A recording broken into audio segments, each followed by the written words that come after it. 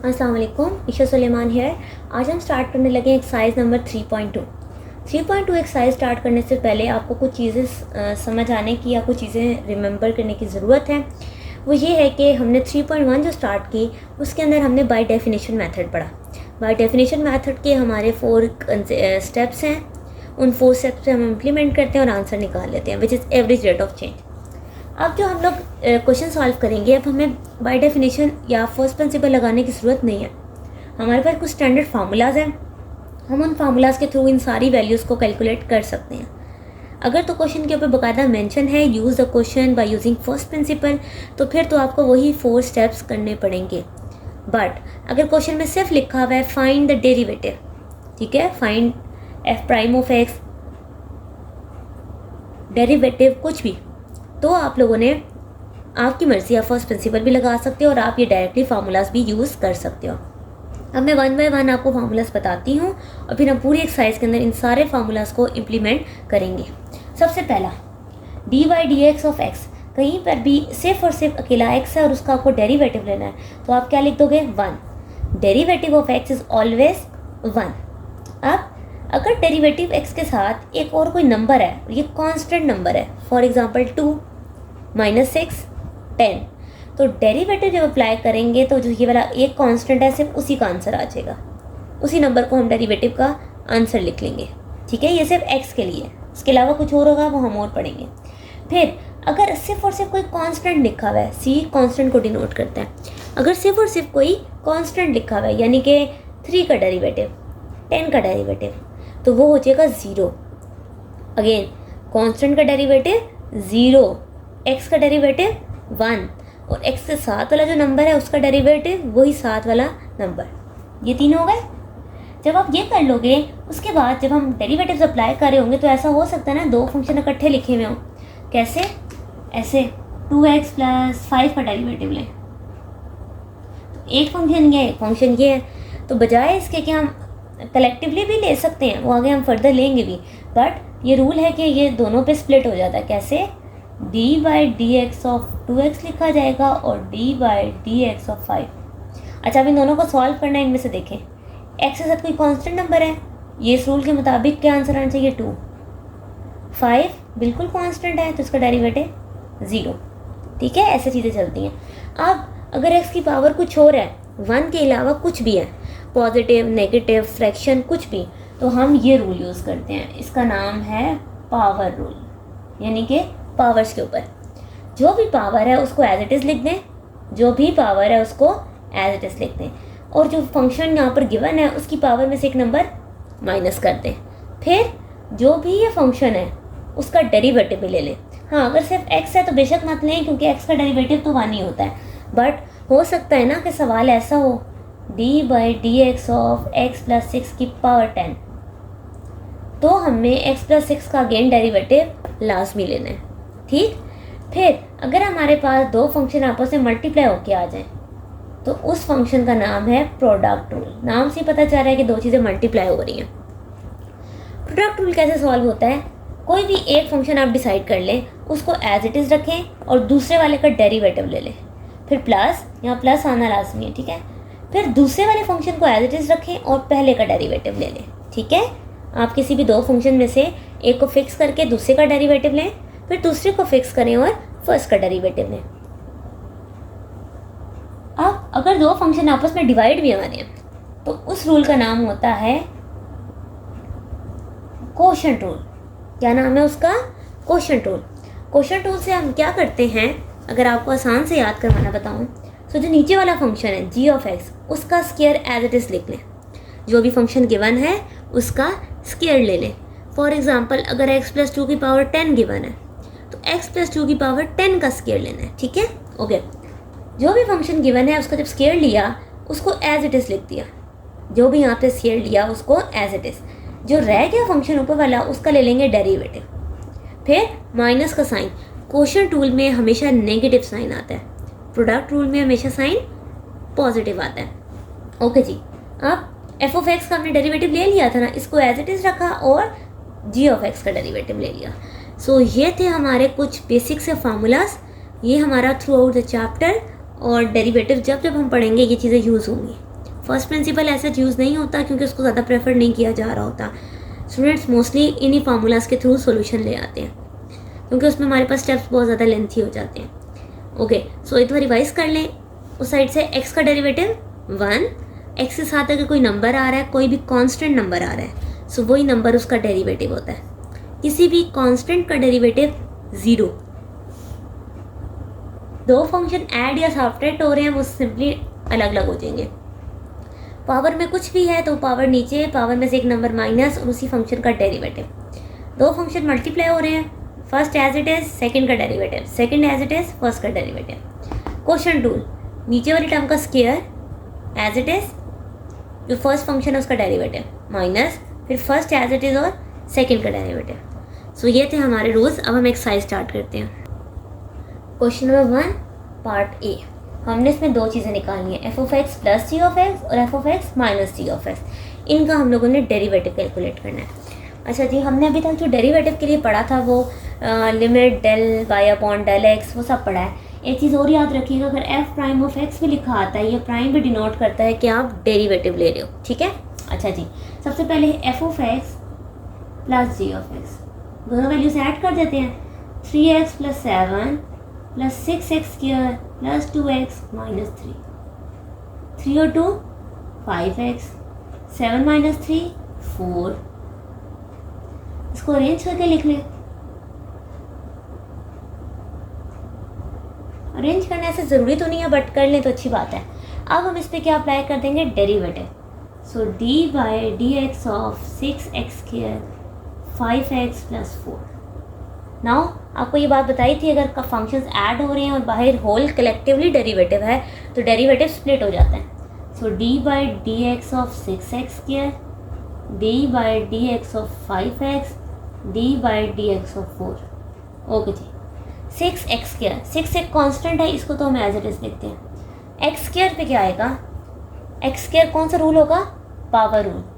तो पावर क्या नीचे आ गई, x की पावर में से एक नंबर माइनस, फिर यहाँ पर बल्कि लिख लें अगर फंक्शन हो रहा है तो हम उसका डेरिवेटिव लेंगे। ओके जी, plus 5x, again a into x, तो उसका मतलब है डेरिवेटिव में से फिर से 5 कांस्टेंट आ जाएगा। प्लस अगर अकेला कांस्टेंट आ गया, इसके साथ कोई x या कोई भी वैल्यू नहीं है, तो ये क्या हो जाएगा 0। 6 2 12x प्लस 5। सो ये था हमारे दोनों फंक्शन को ऐड करके डेरिवेटिव। अब हम इन्हीं दोनों फंक्शंस को सबट्रैक्ट करते हैं। अब माइनस है ना, तो इन सब के साइंस क्या हो जाएंगे, change. 3x minus 2x simple x, 7 और 3 10 माइनस 6x। ओके जी, अरेंज करना चाहें तो कर लें, नहीं तो नहीं भी कोई ज़रूरत नहीं है। आप डेरिवेटिव अप्लाई करते हैं। डेरिवेटिव के रूल से हमें ये बात पता है कि डेरिवेटिव स्प्लिट स्प्लिट लिखे जा सकते हैं और प्लस माइनस के साइन आप बाहर लिख लें, इससे फ़र्क नहीं पड़ता। यानी कि 6 के साथ अंदर माइनस लिखना चाहें तो भी लिख सकते हैं, वैसे प्रेफर है कि आप बाहर ही लिखें। x का डेरिवेटिव 1, 10 का डेरिवेटिव कांस्टेंट की वजह से 0, माइनस ये 6 as it is. x square का डेरिवेटिव पावर रूल लगेगा, पावर रूल के अकॉर्डिंग 2 नीचे आ गया और x की पावर में से एक नंबर माइनस, 6 2 सो ये था हमारा दोनों फंक्शन को सबट्रैक्ट करके आंसर। हमारे पास क्या हो रहा है, again f(x) 17x square minus 15 given है, g(x) भी गिवन है। अब हम क्या सॉल्व करते हैं, सबसे पहले f(x) plus g(x), 17x square minus 15 plus 1/3x square plus 1/2x minus 5। Same term आपस में ऐड कर देते हैं और जिसके साथ कोई एक्स्ट्रा टर्म नहीं है उसको एज इट इज लिख लेंगे। सो 17x square plus 1/3x square कैसे सॉल्व होगा, अगर हम लोग ऐसे लिख लें 17 plus 1/3 into x square plus 1/2x minus 15 minus 5 minus 20। 17 3 सा हमारे पास होता है 51 plus 1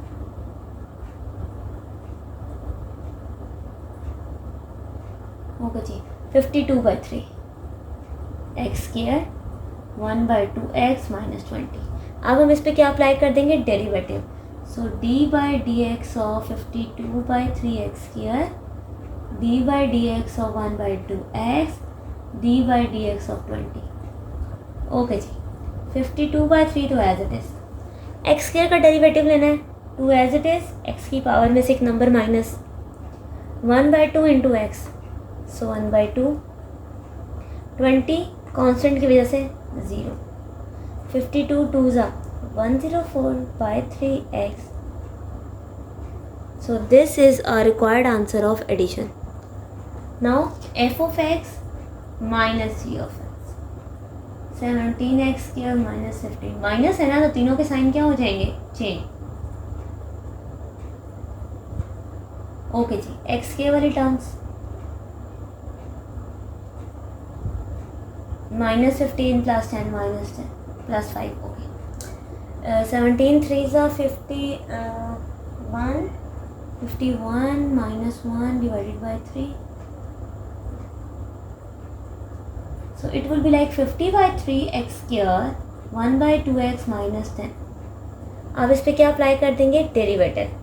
so d/dx of 50/3x², d/dx of 1/2x, d/dx of 10।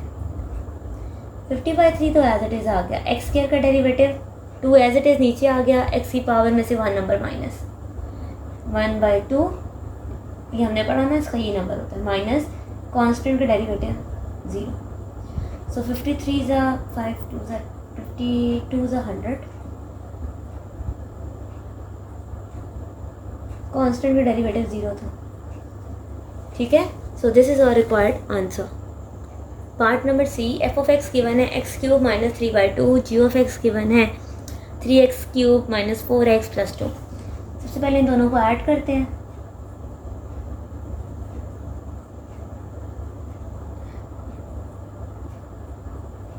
होगा जी 3x³ है, 3 और 1 4x³ - 4x² -3/2 + 2 कितने हो गए, 4 + 1/2, ठीक है।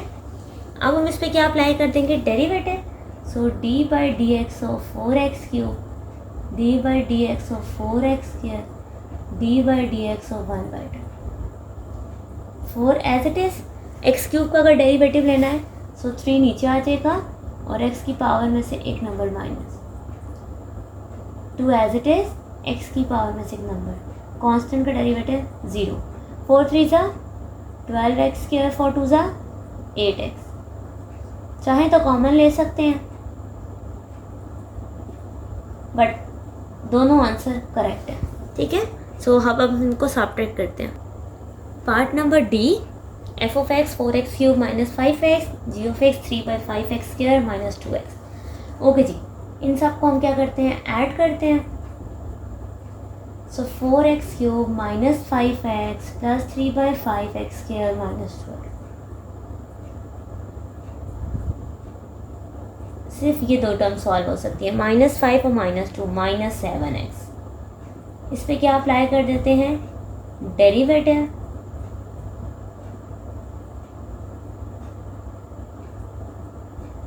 ओके जी, 4 एज इट इज़ आ गया, x³ का डेरिवेटिव लेना है तो 3 नीचे आ गया, x की पावर में से एक number minus 3/5 as it is, 2 नीचे आ गया, x की पावर में से एक नंबर माइनस 7x का डेरिवेटिव, यहाँ से क्या आएगा 7, कांस्टेंट एज इट इज़, और x का डेरिवेटिव 1। ओके जी, 4 3 ज़ा 12x², 3 2 ज़ा 6/5x - 7। This is our required answer of addition. Now इन्हीं दोनों फंक्शन को माइनस करना है, माइनस की वजह से इन दोनों के साइंस क्या हो गए, change. So 4x³ 3/5x² -5 + 2 -3x। Now in सब पे हम क्या अप्लाई कर देंगे, derivative.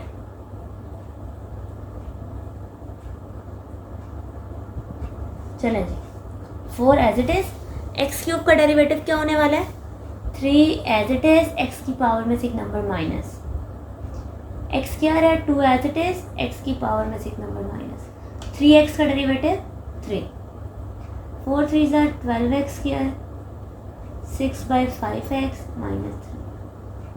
This is our required answer of this given function, that is our part number D. Question number 2। Question number 2 में ये है कि आपने डेरिवेटिव तो निकालना है, लेकिन using product rule. Product rule मैंने आपको बताया था कि दो फंक्शन आपस में मल्टीप्लाई हो रहे होते हैं। सो प्रोडक्ट रूल कैसे लिखा जाता है कि एक फंक्शन एज इट इज दूसरे का डेरिवेटिव, दूसरा एज इट इज और फर्स्ट वन डेरिवेटिव। अप्लाई करते हैं। D Y by D x of x square minus 2 into 3x plus 1। ठीक है। Now x square minus 2 as it is और derivative आ गया 3x प्लस 1 का, plus 3x plus 1 as it is और derivative आ गया एक्स स्क्वायर माइनस 2 का। ठीक है। हमने क्या अप्लाई किया?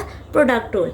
एक function as it is, second one derivative, second function as it is, first का डेरिवेटिव। आप इसके अंदर नॉर्मल फंक्शन वैल्यूज पुट करते हैं। ओके जी। 3x का डेरिवेटिव, ax का डेरिवेटिव a है तो 3x का डेरिवेटिव 3, 1 का डेरिवेटिव 0, क्योंकि 1 एक कांस्टेंट है। नाउ एक्स स्क्वायर का derivative 2 as it is, x आ जाएगा क्योंकि 2 में से 1 जाए 1 रहता है, ये पावर रूल लगा। कांस्टेंट का डेरिवेटिव 0 को मल्टीप्लाई कर दें, 3x स्क्वायर 3 2 ज़ा 6, 3 2 ज़ा 6x स्क्वायर प्लस 2x। ठीक है। मैंने सिंपली मल्टीप्लाई किया, यस मल्टीप्लाई किया। 6 3 9। So this is our required answer of part number A. Part number B, y is equal to 7x की power 4 plus 2x and second function is x square minus 4। दोनों function आपस से multiply हो रहे हैं तो कौन सा रूल लगेगा? Product rule. So product rule लगा के देखते हैं। D by D x of, यहाँ पर फंक्शंस लिख देते हैं। नाउ प्रोडक्ट रूल क्या कहता है कि एक फंक्शन एज इट इज़ लिखें और सेकंड वन का डेरिवेटिव ले लें, फिर second function as it is लिखें और फर्स्ट वाले फंक्शन का डेरिवेटिव ले लें। नाउ एक्स स्क्वायर का डेरिवेटिव, पावर रूल लगेगा, 2 नीचे आ गया, एक्स एज इट इज़, यानी कि 2 में से 1 जाए तो एक्स आता है। 4 का डेरिवेटिव 0, 7x की power 4, 7 as it is, x की पावर 4 पे पावर रूल 4, 4 माइनस 1, 2 का डेरिवेटिव 0, 7 2 ज़ा 14, x की पावर 5, 4x। इसको फिलहाल थोड़ा सा सॉल्व करते हैं। 7 4 ज़ा 28, x की पावर 3,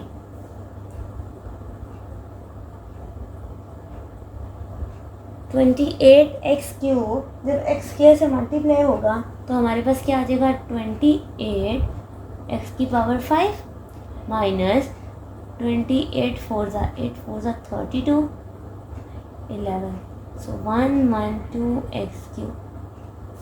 14 और 28 सॉल्व हो सकते हैं, सो 42x की power 5, 112x cube plus 4x। चाहें तो इसमें से आप 2 या 4 कॉमन ले सकते हैं with x, but this is also your required answer. Part C, y is equals to 2x minus 3 and under the root of x minus 1। सबसे पहले क्या स्टेप है, इस पर क्या अप्लाई करेंगे? Derivative. So D Y by D X is equals to D by D x of this term. अच्छा, एक और चीज़, under the root of x, under the root of x की वैल्यू क्या होती है? क्या हम अंडर रूट साइन की बजाय 1/2 लिख सकते हैं? यस, क्योंकि हमने आगे रूल्स लगाने हैं तो हमारे पास वैल्यू होनी चाहिए, सैम्पल यूज़ नहीं करते। ओके जी। पावर रूल, दोनों मल्टीप्लाई हो रहे हैं, sorry product rule. So 2x minus 3 as it is, derivative of x की पावर 1/2 माइनस 1 प्लस ये term as it is, derivative of 2x minus 3। ठीक है। आप इसको सॉल्व करते हैं। यहाँ पर x की पावर 1/2, x की कुछ भी पावर है तो हमारे पास रूल होता है power rule. 1/2 as it is, x की पावर 1/2 माइनस 1 ओके, सो 1 का डेरिवेटिव कांस्टेंट होने की वजह से 0 प्लस ये तो एज इट इज आ गया 2x का डेरिवेटिव सिंपल 2, 3 का डेरिवेटिव 0, 1/2 में से -1 किया जाए तो पावर आती है -1/2, 2 इन सब से मल्टीप्लाई हो गया, ठीक है। ओके, इसको भी मल्टीप्लाई कर देते हैं, 2x 1/2 x की पावर -1 2 से मल्टीप्लाई हो गया -3/2 x की पावर दिस। अब देखा जाए ये 2 और 2 तो कैंसिल हो गया, x की पावर क्या 1 अगर दोनों की बेसिस सेम है तो पावर्स ऐड हो जाएंगी, 1 में से 1/2 जाएं तो हमारे पास सिंपली बचता है x की पावर 1/2।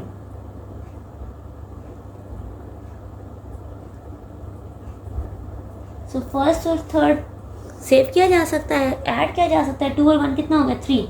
सो हमारा आंसर है 3x की पावर 1/2 -3/2 x की पावर 1/2 -2।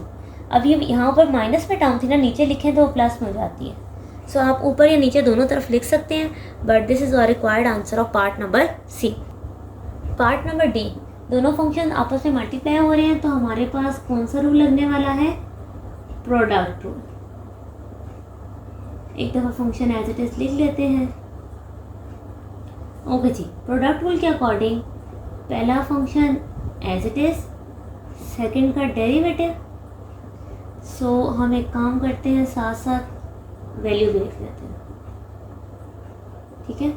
और प्लस का साइन, ये as it is derivative of -3x की पावर 1/2 + 6, ठीक हो गया, हमने लिख लिया। अब हम इसके ऊपर बारी बारी डेरिवेटिव्स लेते हैं। -3x की power 1/2 + 6 as it is, 4x की पावर 1/2 का डेरिवेटिव, 4 तो एज इट इज लिखा जाएगा, x की कोई पावर है तो पावर रूल आ जाएगा, कांस्टेंट का derivative 0, -3 as it is, again power rule है 1/2, तो हम सिर्फ 2/2 लिख लेते हैं, बात एक ही है, और कांस्टेंट का डेरिवेटिव 0,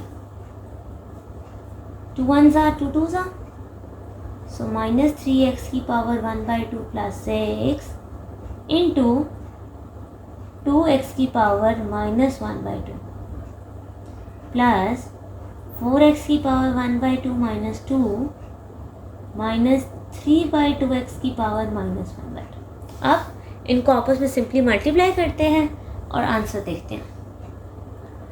सो -3 2s are -6 और दोनों की पावर्स आपस में ऐड हो जाएंगी, ठीक है, 1/2 - 1/2 प्लस 6 2s are 12 x की power -1/2, 4 3s are 12, okay 4 3s are 12, minus का साइन आएगा और 12 जब 2 पे डिवाइड होगा तो 6 रह जाएगा, x की पावर 1/2 - 1/2, माइनस माइनस प्लस, ये 2 इसके लिए कैंसिल रह जाएगा 3, ओके जी, 1/2 - 1/2 0, किसी भी नंबर की पावर अगर 0 हो तो वो 1 होती है। सो -6, अच्छा 12 और 3 15, यहाँ पे अगेन -6 आ गया। सो -6 का मतलब है -12 + 15 / √(x), ये माइनस टर्म है ना, नीचे जाके प्लस हो गई तो हम इसे अंडर रूट में भी लिख सकते हैं। So this is our required answer of part number D. सो यहाँ पर हमारी एक्सरसाइज का क्वेश्चन नंबर 2 एंड होता है।